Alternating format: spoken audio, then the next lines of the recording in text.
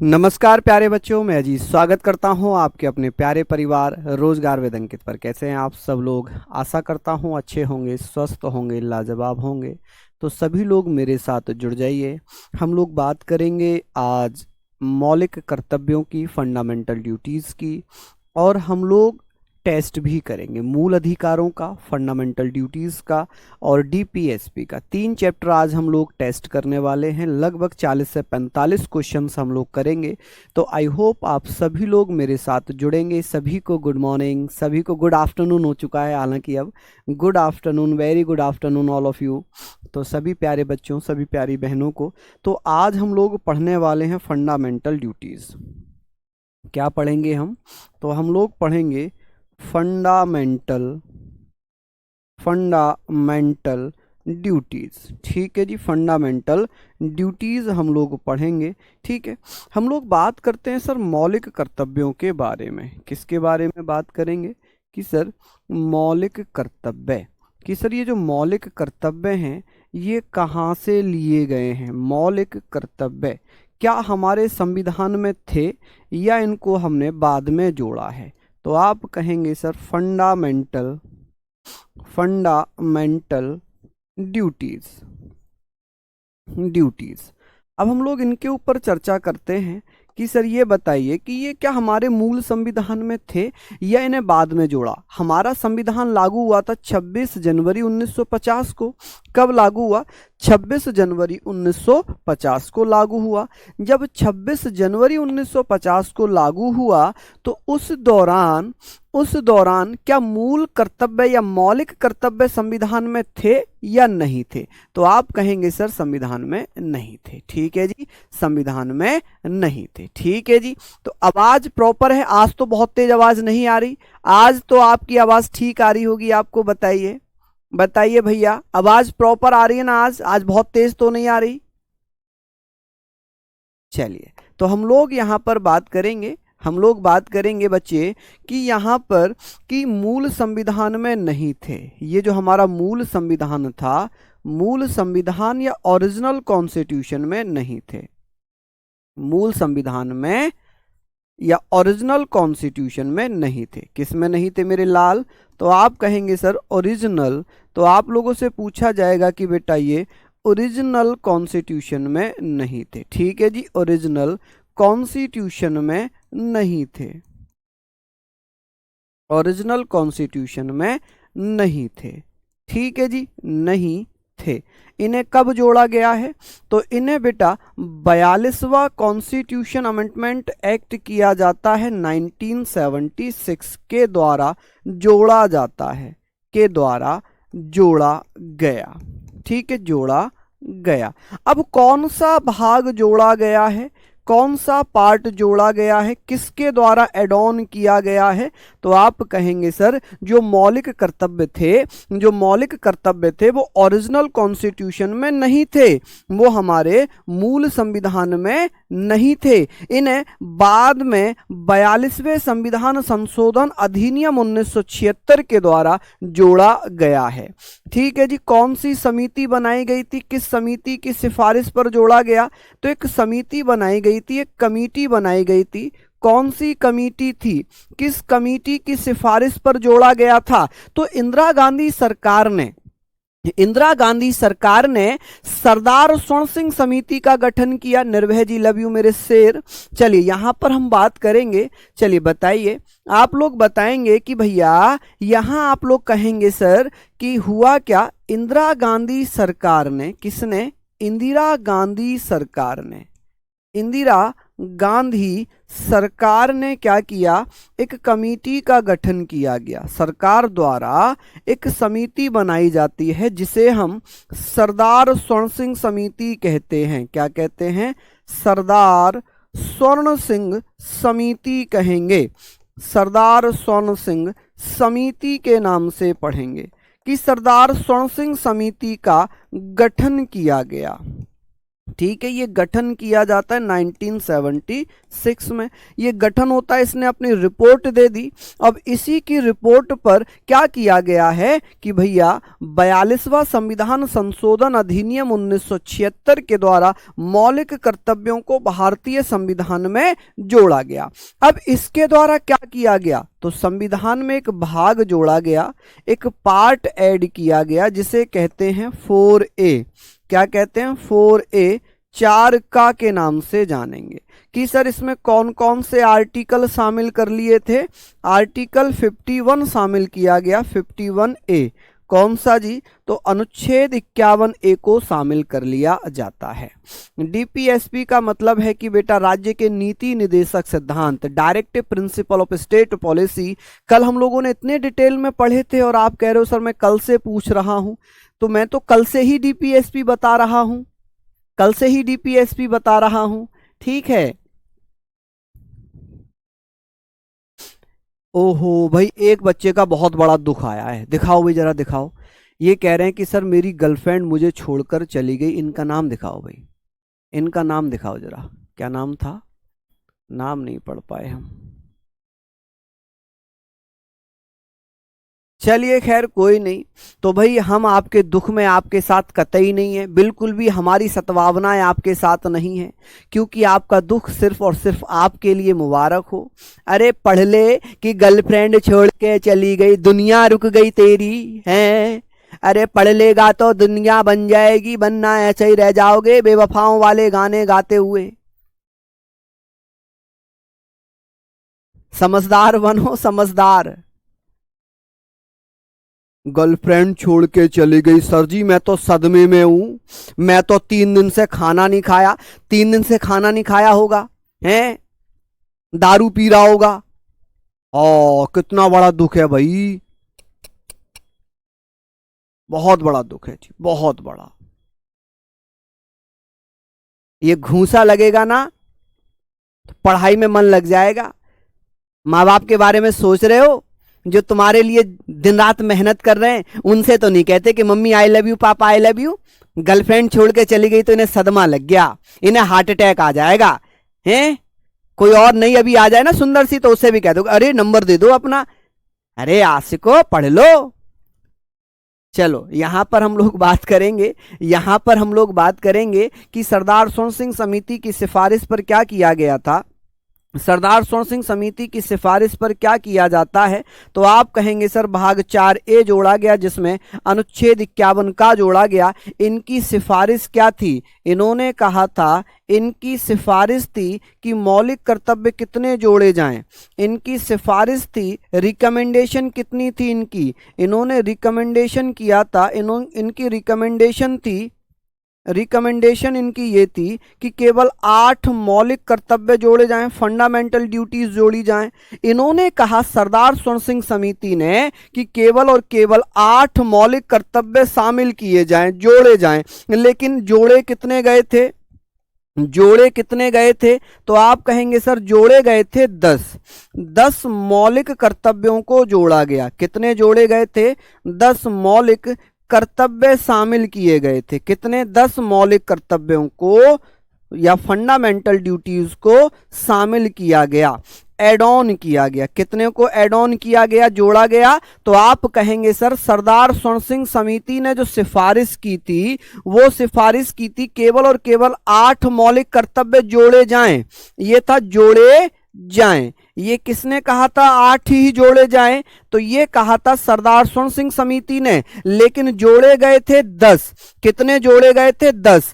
कितने add on किए गए थे, 10 मौलिक कर्तव्य जोड़े गए थे। कितने जोड़े गए थे जी बच्चे, 10 मौलिक कर्तव्य जोड़े गए थे। ठीक है जी, यहां पर आप लोग लिख लेंगे कितने जोड़े गए थे, 10। लेकिन वर्तमान में कितने हैं, वर्तमान समय में मौलिक कर्तव्य कितने हैं, तो आप कहेंगे सर वर्तमान में मौलिक कर्तव्य कितने होंगे, प्रेजेंट में कितने होंगे, तो आप कहेंगे सर वर्तमान में या प्रेजेंट की अगर मैं बात करूं तो आप लोग ये बता देना भैया कि वर्तमान में 11 हैं। वर्तमान में कितने हैं? 11। कि सर जी 11वां फंडामेंटल ड्यूटीज कौन सा जोड़ा है, कि 11वां मौलिक कर्तव्य कौन सा जोड़ा गया है, फंडामेंटल ड्यूटी कौन सा है?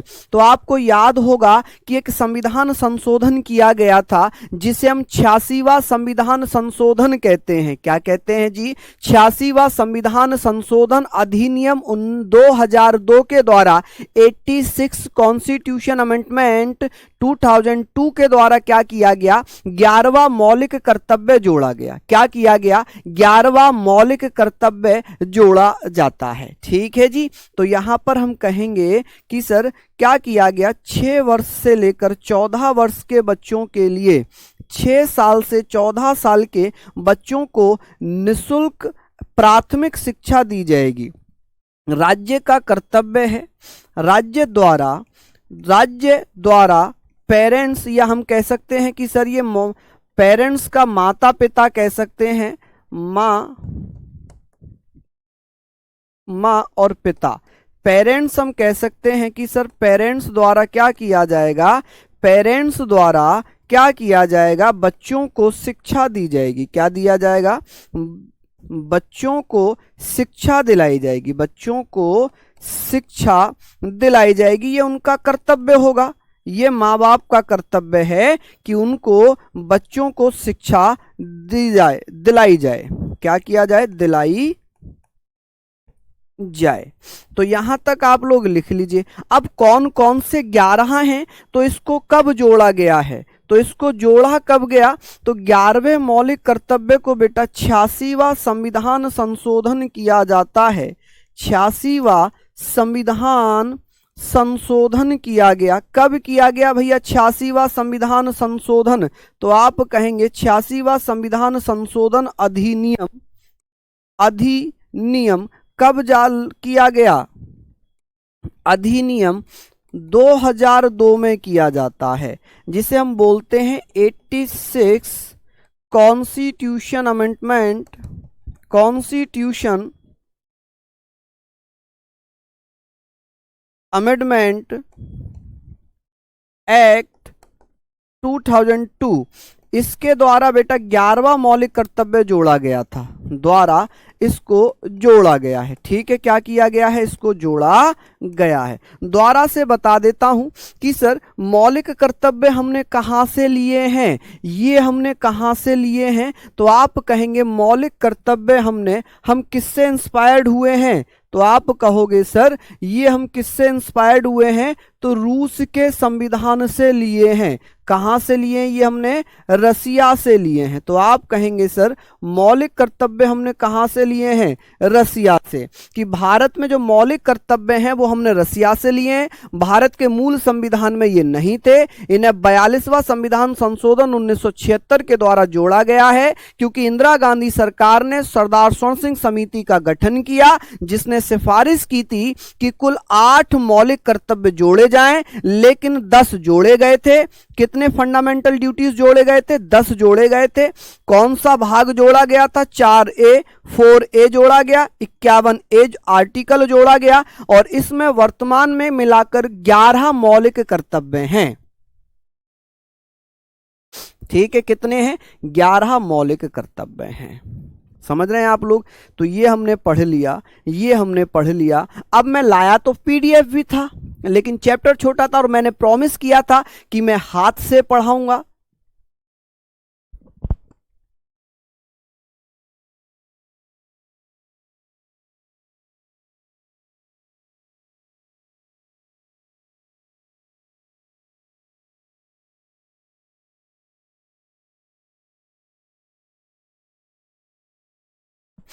चलिए, ये आप लोगों ने लिख लिया होगा। आई होप यहाँ तक आप लोगों ने इसको लिखा होगा।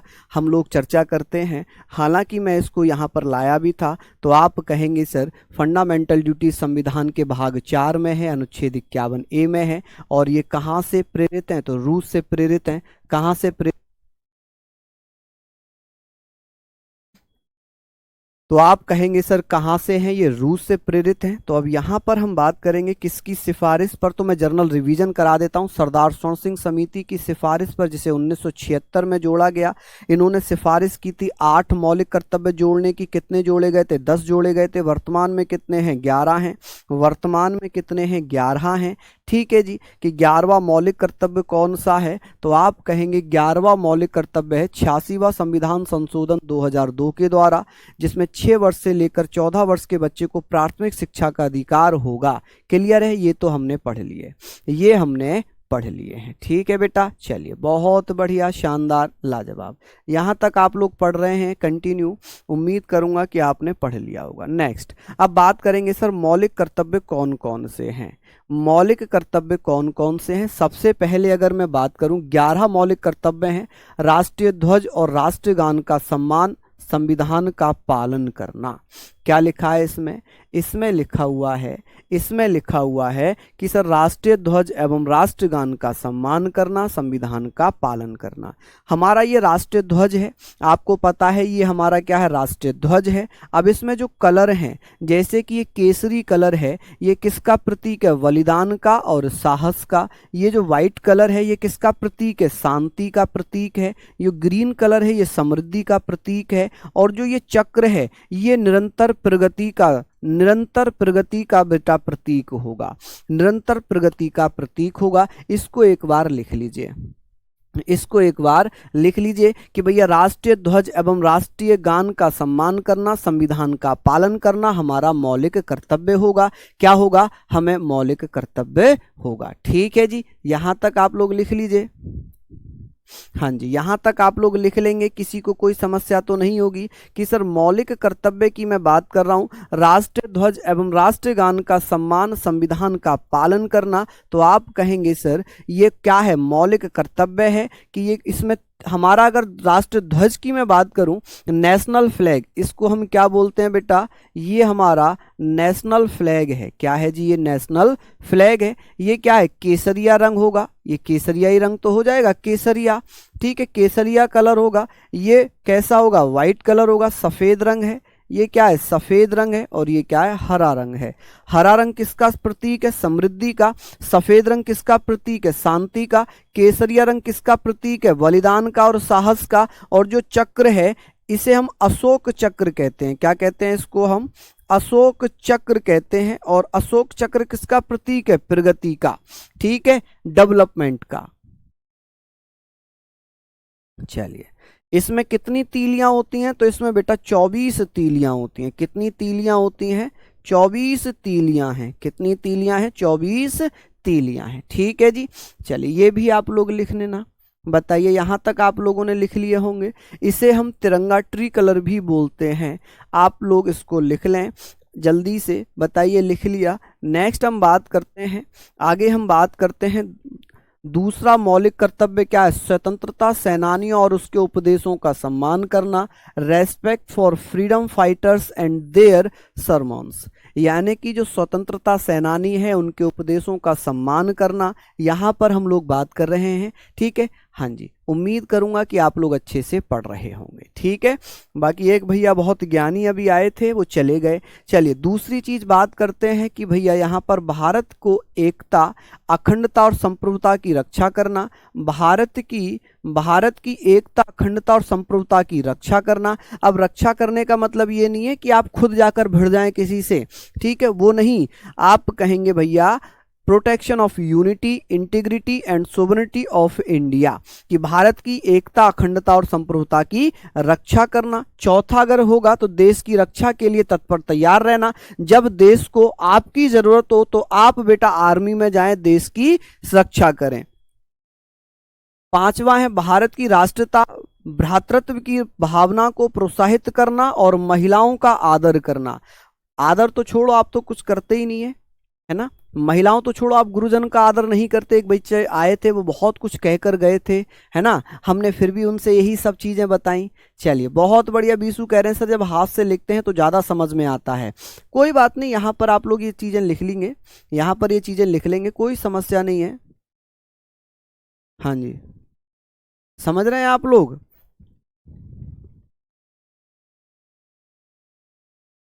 एक बच्चा कह रहा है सर बोल कर लिखवाइए, कि इमला चल रही है, क्लास में इमला हो रही है कि भाई हम बोल बोल के लिखेंगे। वो इमला ही तो बोलते थे, सुलेख या इमला, कि एक राजा था उसकी 7 रानियां थीं, हैं, ये कोई इमला चल रही है। तो हम लोगों ने यहाँ पर पढ़ा कि देश की रक्षा के लिए तत्पर तैयार रहना, देश की रक्षा के लिए हमेशा तत्पर तैयार रहना, ये क्या होगा, तो ये हमारा क्या हो जाएगा, चौथा फंडामेंटल ड्यूटी हो जाएगी। अब बात करेंगे सर भारत की राष्ट्रीयता भ्रातृत्व भावना को प्रोत्साहित करना, the increase the feeling of nationalism and fraternity of India and get respect to women, महिलाओं का सम्मान करना, हमारे देश की रक्षा करना, ये सब क्या हैं, तो ये सारी चीजें आप क्या बोलेंगे, ये सारी चीजें आपके फंडामेंटल ड्यूटी हैं। ये क्या है, फंडामेंटल ड्यूटी हैं। ठीक है बच्चे, चलिए ये आप लोग लिख लेंगे, क्या है ये, फंडामेंटल ड्यूटी हैं। तो आप लोग इसको आराम से कोई भी समस्या यहां पर नहीं होगी,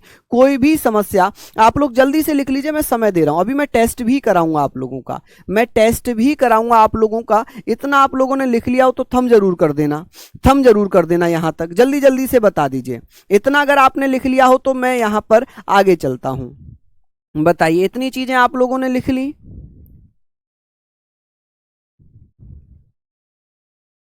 बताइए।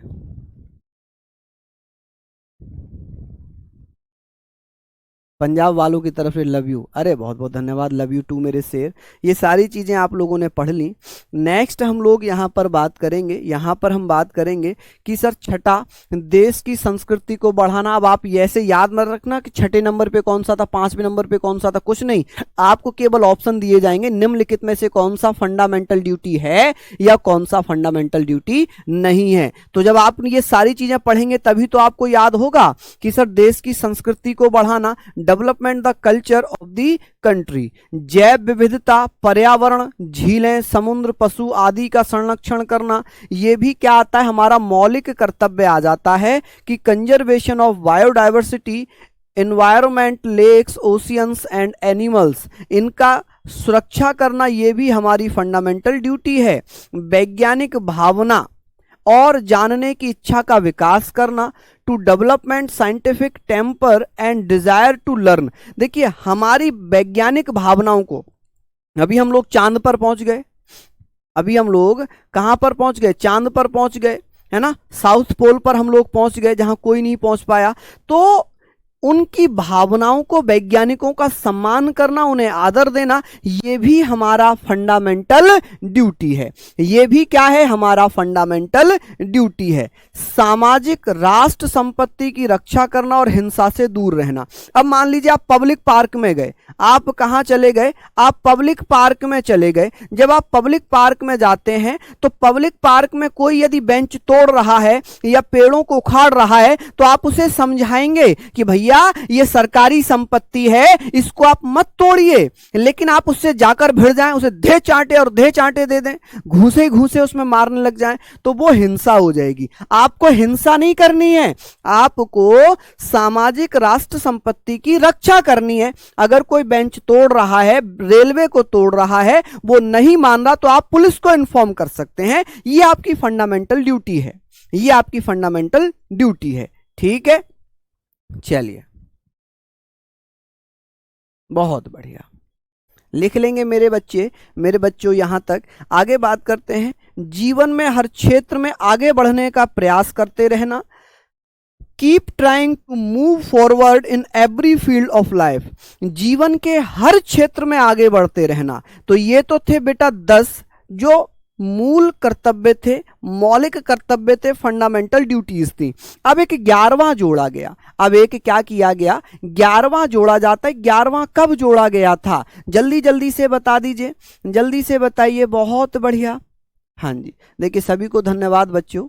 हाँ जी, ये सिर्फ आप और आपकी मेहनत का नतीजा है कि आपको समझ में आ रहा है। आप बहुत सारे बच्चे कह रहे हैं सर मज़ा आ रहा है, तो ऐसे ही मज़े के साथ पढ़ते रहिए, यही तो ज़रूरी है। दीवानगी इस कदर चढ़ जाए आपके सिर पर कि आपको पढ़ाई के सिवा कुछ दिखाई ना दे, वही तो जुनून है पढ़ने का, वही तो जुनून है वर्दी का, और वही जुनून होना चाहिए।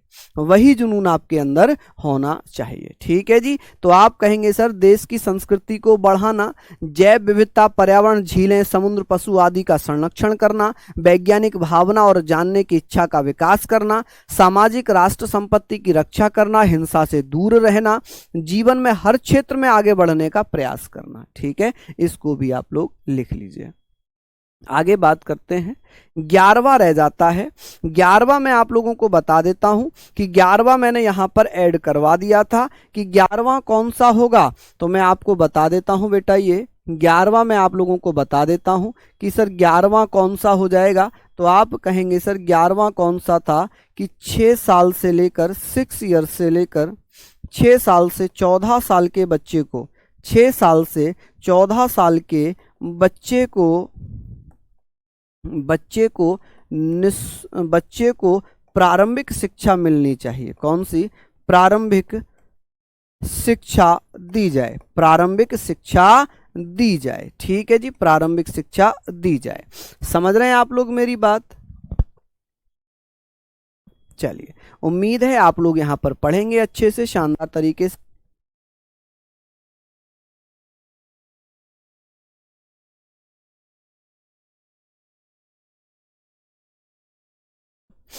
लिख लिया। अब बात करते हैं टेस्ट। अब हम लोग करते हैं टेस्ट कि निम्नलिखित में से किसको संविधान द्वारा मौलिक अधिकारों को लागू करने की शक्ति दी गई है। Who among the following has been given the power to enforce the fundamental rights by the constitution. जल्दी जल्दी से बता दीजिए इसका क्या आंसर होगा। सोनम निषाद जी धन्यवाद, मेरी बहन बहुत बहुत धन्यवाद, सभी बच्चों का धन्यवाद। अभी टेस्ट स्टार्ट हो चुका है। मूल अधिकार, डीपीएसपी और आपके राज्य के नीति निदेशक सिद्धांत जिसे डीपीएसपी कहते हैं, और फंडामेंटल ड्यूटीज। तो आप कहेंगे सर मौलिक अधिकारों को लागू करने की शक्ति सुप्रीम कोर्ट और हाई कोर्ट दोनों को है। तो सुप्रीम कोर्ट और हाई कोर्ट दोनों को है, ना तो न्यायालय को, ना संसद को, ना ही संसद को। ठीक है जी, यहाँ पर संसद, यहाँ पर होगा पार्लियामेंट। टू पार्लियामेंट इसको कर सकते हैं, क्या कर सकते हैं बेटा? पार्लियामेंट। ठीक है जी। चलिए, तो आप कहेंगे सर सुप्रीम कोर्ट और हाई कोर्ट को मूल अधिकार लागू करने की शक्ति है। भारतीय संविधान का कौन सा अनुच्छेद अल्पसंख्यकों को अपनी मनपसंद शिक्षण संस्थानों को स्थापित एवं संचालित करने के अधिकार को संरक्षण प्रदान करता है? देखिए 19 में क्या लिखा था? अभिव्यक्ति की स्वतंत्रता। 26 में क्या लिखा था? धार्मिक कार्यों का प्रबंधन। 29 में क्या लिखा है कि बेटा अल्पसंख्यक वर्गों के हितों का संरक्षण, उन्हें भाषा, संस्कृति वगैरह को सुरक्षित करने का। शिक्षण संस्थान किस में आ जाएंगे? अनुच्छेद 30 में आएंगे, इसमें अनुच्छेद 30 में आ जाएंगे। ठीक है, आर्टिकल 30। ठीक है जी। चलिए, नेक्स्ट है, निम्नलिखित में से कौन सा एक मौलिक अधिकार नहीं है? इनमें से कौन सा मौलिक अधिकार नहीं है? Which one of the following is not fundamental right? Right to equality आप लोग जानते हैं सर, ये 14 से लेकर 18 तक दिया हुआ है। सर राइट टू फ्रीडम ये 19 से लेकर 22 तक दिया है। ठीक है जी। राइट टू प्रॉपर्टी ये 300A में दिया हुआ है, और राइट टू रिलीजियस ये 25 से लेकर 28 तक है। इसका मतलब संपत्ति का अधिकार मूल अधिकार नहीं है, ये वैधानिक अधिकार है, ये वैधानिक अधिकार होगा। क्या होगा? वैधानिक अधिकार होगा। नेक्स्ट है, किस वाद ने संसद को मौलिक अधिकारों में संशोधन का अधिकार दिया गया है? तो केशवानंद भारतीवाद, राजनारायण, इंदिरा गांधीवाद, गोलकनाथवाद, संजन सिंहवाद। देखिए संसद को मौलिक अधिकारों में संशोधन का अधिकार दिया गया है। केशवानंद भारती वर्सेस केरल स्टेट 1973 में कहा गया था कि मौलिक अधिकारों में भी संशोधन किया जा सकता है, मौलिक अधिकारों में भी संशोधन किया जा सकता है। हालांकि ये मैंने क्लास में नहीं बताया, इसीलिए टेस्ट होता है कि अगर कोई छोटा सा पॉइंट अगर बच जाए तो वो आपका यहां पर आ जाए, क्योंकि ये आपके प्रीवियस ईयर क्वेश्चन है, ये आपके प्रीवियस ईयर क्वेश्चन है। तो जो भी इसमें होंगे वो मैं यहां पर आपको बताता रहूंगा। केशवानंद भारती वर्सेस केरल स्टेट में कहा था कि मौलिक अधिकारों में भी संशोधन किया जा सकता है, मौलिक अधिकारों में संशोधन किया जा सकता है।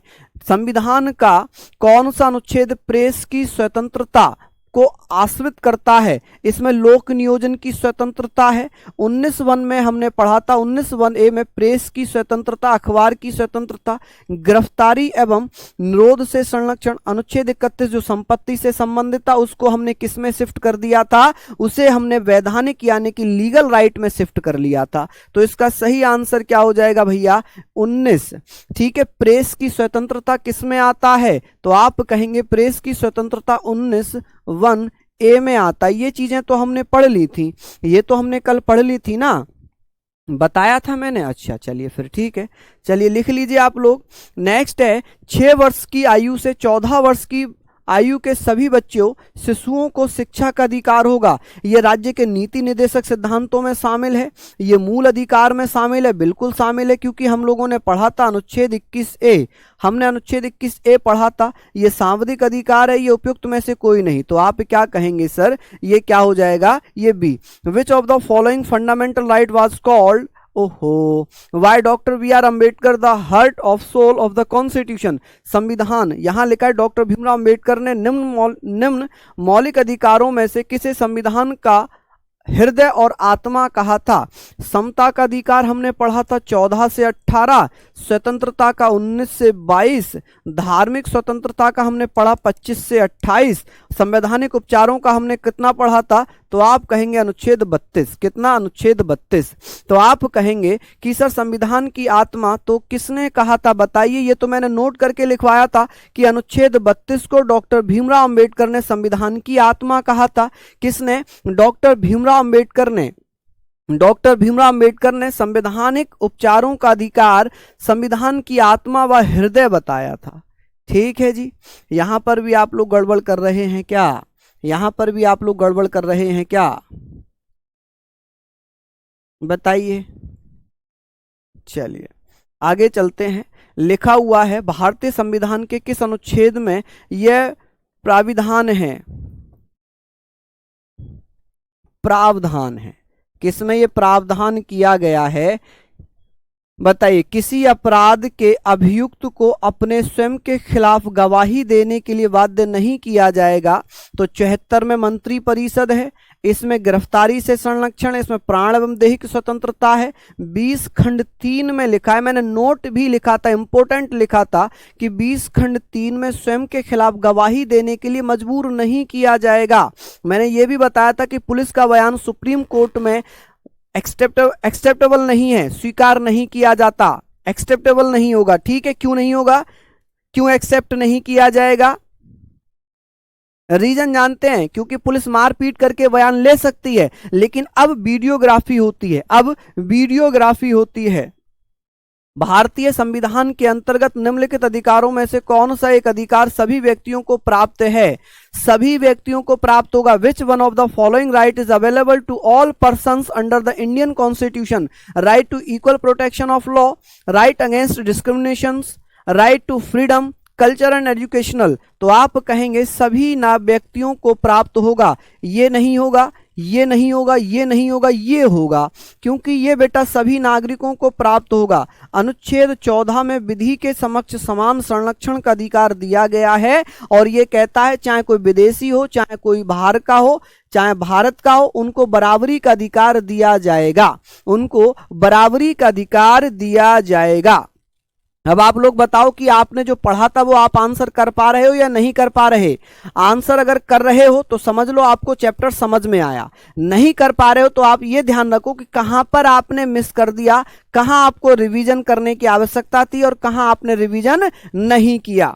नेक्स्ट, भारतीय संविधान मान्यता देता है केवल धार्मिक अल्पसंख्यकों को, केवल भाषाई अल्पसंख्यकों को, धार्मिक और भाषाई अल्पसंख्यकों को। हमने पढ़ा था कि जो अल्पसंख्यक हैं उन्हें अपनी भाषा, मैंने बताया था ना, भाषा, संस्कृति, लिपि को सुरक्षित करने का अधिकार होगा। लिपि को, तो भाषा तो होगा ही होगा, तो धर्म के आधार पर, भाषा के आधार पर, तो आप कहेंगे धार्मिक और भाषाई आधार पर अल्पसंख्यकों को मान्यता दी गई है। अनुच्छेद 29 और 30 ये यहां पर पढ़ना। नेक्स्ट है, समानता का अधिकार संविधान के किन अनुच्छेदों में से किनके अंतर्गत दिया हुआ है। हमने पढ़ा था समानता का अधिकार 14 से लेकर 18 तक, 14, 15, 14, 15, 16, 17 और 18 ये किससे संबंधित हैं? तो ये बेटा समानता के अधिकार से। Under the which of the following articles of the constitution right to equality given? Article 13, 14, 15, 16। तो आप कहेंगे सर, आप कहेंगे कि भैया 14 होगा, 15 होगा, 16 होगा, 13 तो नहीं होगा, 13 तो नहीं होगा क्योंकि 14 से स्टार्ट हो रहा है। तो 2, 3, 4, 2, 3, 4 ऑप्शन नंबर आपका क्या हो जाएगा? ऑप्शन नंबर सी हो जाएगा, क्योंकि 13 जो है ये अलग है, 13 अलग है। नेक्स्ट, भारतीय संविधान के अनुच्छेद 25 में प्रयुक्त हिंदू शब्द किससे सम्मिलित नहीं करता? देखिए, बौद्धों को सम्मिलित करता है, जैनों को सम्मिलित करता है, सिखों को सम्मिलित करता है, लेकिन पारसियों को सम्मिलित नहीं करता। ठीक है जी, पारसियों को शामिल नहीं किया जाता है, यह भी हमने क्लास में नहीं पढ़ा था। ठीक है, बताइए, लिख लिया आप लोगों ने? लिख लिया होगा। चलिए, सिंपल सी चीजें हैं, सिंपल सी चीजें हैं। नेक्स्ट है, भारत में समाचार पत्रों का स्वतंत्र संविधान के अनुच्छेद 19(1)(a) में विशेष रूप से उपबंधित है। भारतीय संविधान के अनुच्छेद 19(1)(a) में प्रत्याभूत अभिव्यक्ति के व्यापक स्वतंत्र में निहित है। संविधान के अनुच्छेद 361 के उपबंध के प्रत्याभूत करता है। देश में विधि के शासन के प्रवर्तन से संबंधित है। समाचार पत्रों की स्वतंत्रता किसमें आती है? संविधान के अनुच्छेद 19(1)(a) में अभिव्यक्ति के व्यापक स्वतंत्रता में। ठीक है जी, तो इसका क्या होगा? तो इसका आंसर हो जाएगा बी। क्या आंसर हो जाएगा? बी आंसर हो जाएगा। नेक्स्ट, लिखा, निम्नलिखित में से कौन सा एक मूल अधिकार राष्ट्रीय आपातकाल में भी समाप्त या सीमित नहीं किया जाएगा? देश के किसी भाग में निवास करने का ये छीन लिया जाएगा। व्यक्तिगत स्वतंत्रता और जीवन का अधिकार ये नहीं छीना जाएगा। यानी कि अनुच्छेद 20 और 21 को समाप्त नहीं किया जा सकता, नहीं किया जा सकता, समाप्त नहीं किया जा सकता है। ठीक है जी, समाप्त नहीं किया जाएगा। ठीक है, आगे बात करते हैं, निम्नलिखित में से कौन सा मूल अधिकार विदेशी नागरिकों को प्राप्त नहीं है? कौन सा मूल अधिकार विदेशी नागरिकों को प्राप्त नहीं है? शोषण के विरुद्ध, प्राण एवं दैहिक स्वतंत्रता, अभिव्यक्ति की स्वतंत्रता, विधि के समक्ष समानता। तो ये भी विदेशियों को मिला हुआ है, प्राण और दैहिक स्वतंत्रता शोषण के विरुद्ध, लेकिन अभिव्यक्ति की स्वतंत्रता ये विदेशियों को नहीं मिला, ये केवल भारतीयों को मिला हुआ है, ये केवल भारतीयों को मिला है। क्या अंग्रेजों का आप शोषण करेंगे भारत में? नहीं करेंगे। क्या उन्हें आप मार देंगे? बिल्कुल भी नहीं मारेंगे। कानून की समानता उन्हें मिलेगी, लेकिन अभिव्यक्ति की स्वतंत्रता, वो कुछ भी आकर बोलें, ये उनको अधिकार नहीं है। समझ रहे हैं यहां पर? अच्छा, ये बताओ, तबीयत ठीक नहीं है फिर भी पढ़ रहे हैं? अरे बहुत बढ़िया, ये तो बहुत अच्छी बात है, पढ़ना चाहिए। हाँ जी, बहुत बढ़िया, शानदार। आप लोग कर पा रहे हैं इतना? आप लोग इतना कर पा रहे हैं? नेक्स्ट, भारत के बेटा राज्य के नीति निर्देशक सिद्धांतों को जी ऑस्टिन ने संविधान की आत्मा कहा था। मूल अधिकार में अनुच्छेद 32 को डॉक्टर राजेंद्र प्रसाद ने संविधान की आत्मा कहा। मैं तो A to Z लिखवा कर आ रहा हूं, सारी चीजें लिखवा रहा हूं मैं तो आपको। हाँ, एक बच्चा कह रहा है रिकॉर्डेड क्लास है। दिखाओ भाई, इनका नाम दिखाओ जरा। हम नाम तो इनका नहीं लेंगे क्योंकि ये इसीलिए कर रहे होंगे।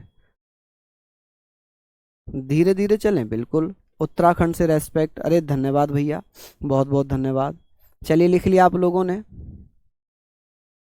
लिख लिया यहाँ तक आप लोगों ने सारी चीज़ों को? आई होप यहाँ तक सारी चीज़ें आप लिख रहे हैं। लिखा है, भारत के संविधान के अनुच्छेद 44 में संशोधन द्वारा निम्नलिखित में से किस अधिकार को मौलिक अधिकार की श्रेणी से हटा दिया गया है? तो आप जानते हैं सर, राइट टू प्रॉपर्टी को हटाया गया था। राइट टू प्रॉपर्टी को हमने कब पढ़ा था कि सर 44वां संविधान संशोधन 1978 में इसको 300A में डाल दिया था, 300A में शामिल किया था। भारतीय संविधान के निम्नांकित अनुच्छेदों में से कौन सा एक लोक नियोजन में भारत के सभी नागरिकों को अवसर की समानता की प्रत्याभूति प्रदान करता है? तो आप क्या बताइएगा? आप कहेंगे सर इसका क्या आंसर है? कौन कौन बच्चा बता देगा? तो आप कहेंगे सर अनुच्छेद 16 खंड 1 और 16 खंड 2, ये क्या है? तो ये कहता है कि सभी लोगों को बराबरी का अधिकार मिलेगा सरकारी नौकरियों में। ठीक है जी। अनुच्छेद 3, 4 इसका अपवाद है, ये इसका अपवाद। अनुच्छेद 4 खंड 16 खंड 4 कहता है, 16 खंड 4 कहता है कि भैया राज्य जनसंख्या के अनुपात में कुछ आरक्षण दे सकता है। ठीक है। नेक्स्ट है कि भारत में रहने वाला ब्रिटिश नागरिक दावा नहीं कर सकता, धर्म की स्वतंत्रता का करेगा, जीवन व्यक्तिगत स्वतंत्रता का करेगा, विधि के समक्ष स्वतंत्रता का करेगा, लेकिन व्यापार और व्यवसाय की स्वतंत्रता का दावा नहीं कर सकता, क्योंकि ये अधिकार भारतीयों को मिला हुआ है, विदेशियों को नहीं। नेक्स्ट है मौलिक अधिकारों के अंतर्गत कौन सा अनुच्छेद बच्चों के शोषण से संबंधित है? ये तो बेटा द एंड ऑफ अनटचेबिलिटी, अस्पृश्यता के अंश से, ये उपाधियों के अंश से, ये बेटा मानव दुर्व्यापार एवं बलात्श्रम। तो यहां पर आएगा अनुच्छेद 24। इसमें लिखा है कि 14 वर्ष से कम आयु के बच्चे, 14 वर्ष से कम आयु के बच्चे, कम आयु के बच्चे, ठीक है जी, कम आयु के बच्चे, तो इनको बेटा क्या है कि जोखिम वाले कारखानों में नहीं लगाया जाएगा। नेक्स्ट है भारत में अस्पृश्यता का निवारण निम्नलिखित में से किन उपायों द्वारा किया जा सकता है? By which of the following major can be provisions of untouchability by done in India? By making law, कानून बनाकर, शिक्षा की उन्नति द्वारा, जन जागरण के द्वारा, बिल्कुल, नौकरियों में प्रवेश दिलाकर, नहीं। तो इसका क्या होगा? 1, 2, 3। तो इसका 1, 2, 3 सही हो जाएगा। Option number 1, 2, 3 are correct. ठीक है जी, चलिए लिख लिए आप लोग इतना।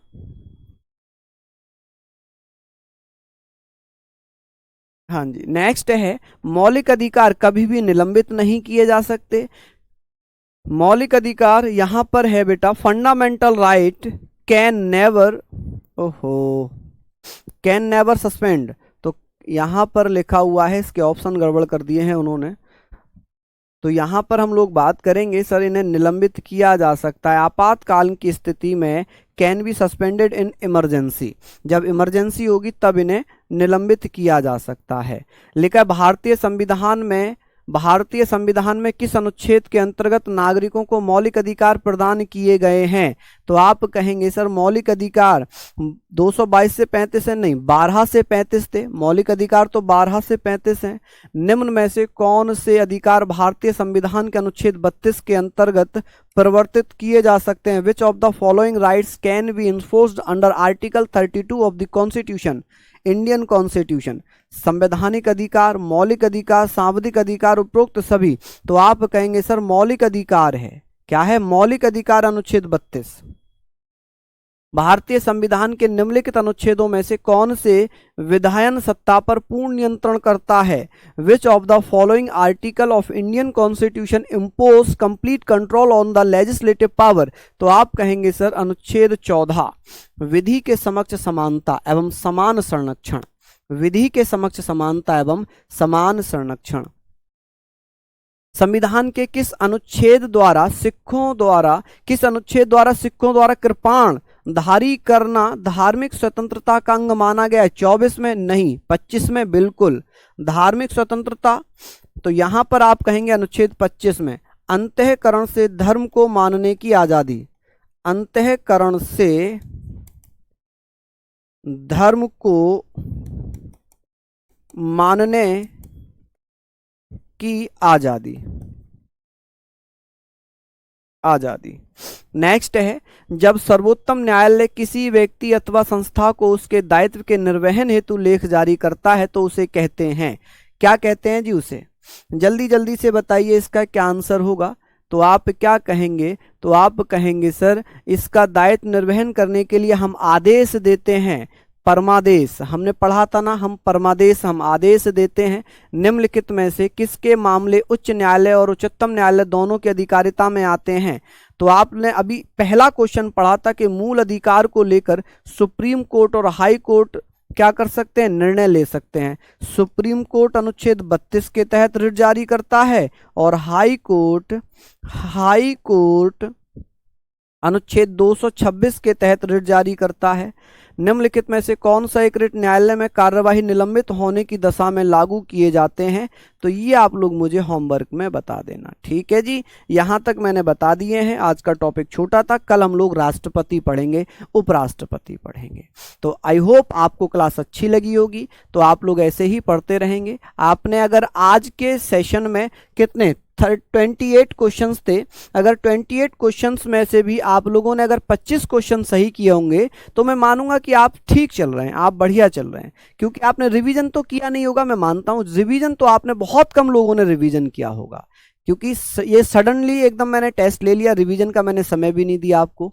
तो कोई बात नहीं, आपको रिवीजन करना चाहिए डेली के डेली। ठीक है, ऐसे ही मैं 2-2 3-3 चैप्टर का टेस्ट लेता रहूंगा। ठीक है बेटा, तो ये सारी चीजें आप लोग पढ़ते रहना, अच्छे से करना। किसी को कोई समस्या हो तो जरूर बताना। तो जय हिंद, जय भारत।